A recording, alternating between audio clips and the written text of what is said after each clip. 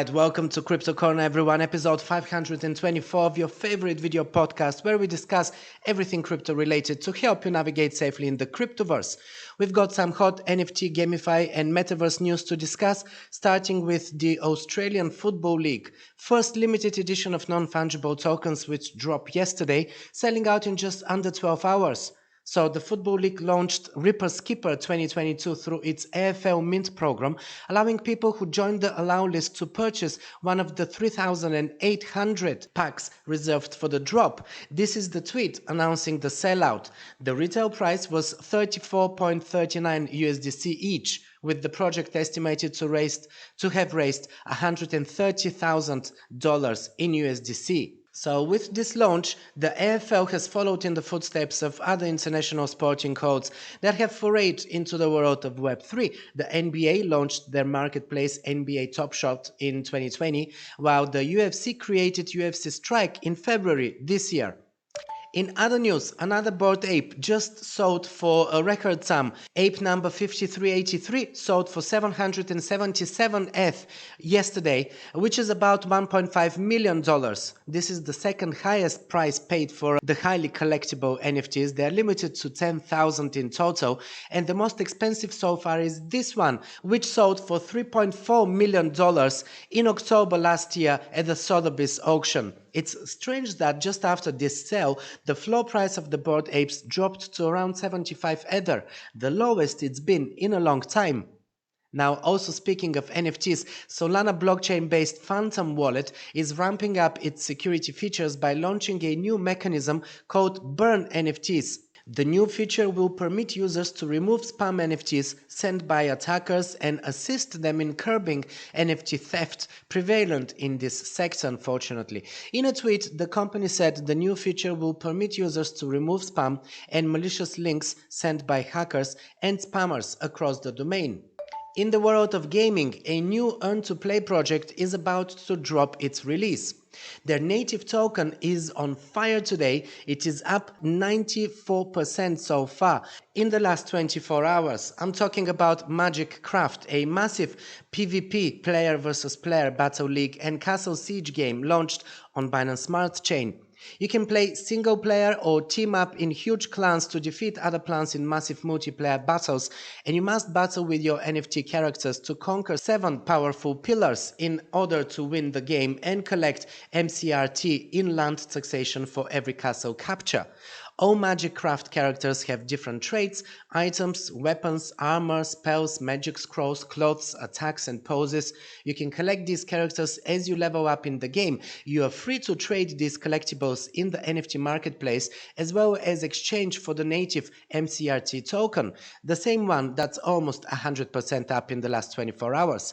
The MagicCraft aims to be the leading blockchain play-to-earn game which breaks out of the crypto bubble and takes Web3 gaming mainstream.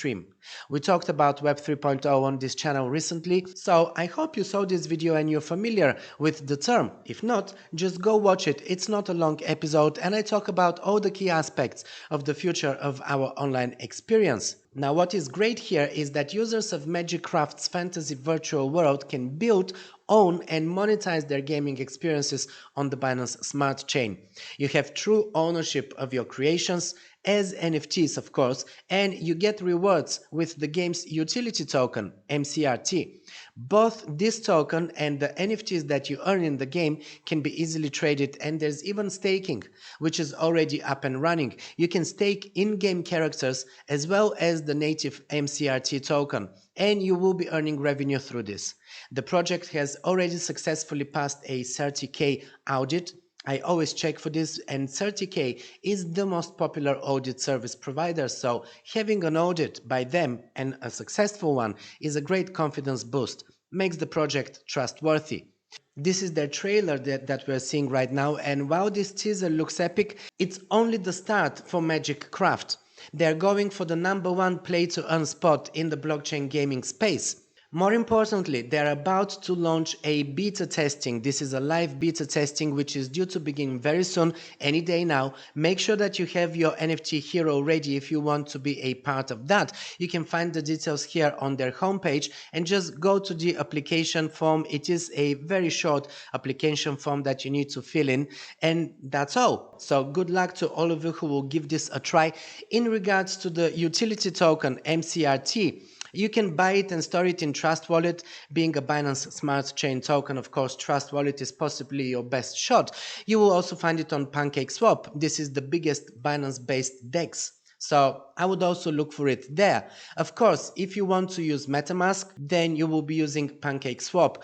I use it with my MetaMask all the time, but I also like Trust Wallet for on the go, when I'm actually out and about. So I use both. I think most of us do. Anyways, just look at this chart, guys. Epic performance since it started. Truly amazing for the early buyers of this token. And of course, for those who earned it through the game. I wish I knew of this earlier, but even now, it's still early days. They're just launching a beta testing, so don't sleep on it. And also make sure that you join their social media channels. This is their Telegram here. Their Twitter is also on fire. I mean, definitely this is one to watch. And lastly, another day, another metaverse project. Cardano-based metaverse gaming project Cardonia is set to release the initial map demo of their play-to-earn project, which is also kicking off their land pre-sale whitelist for their native Lonia token holders. This is a 3D virtual reality metaverse that operates across the Cardano blockchain, with the potential to provide multiple utilities for users across its ecosystem. The Cardalonia map will enable landholders lay claim to their land plots after the land sales, and they can customize it to their taste, of course. With the land pre-sale, this is exclusively for Lonia token holders who have staked a minimum of 7,000 Lonia tokens to be eligible to get into the whitelist for the land pre-sale.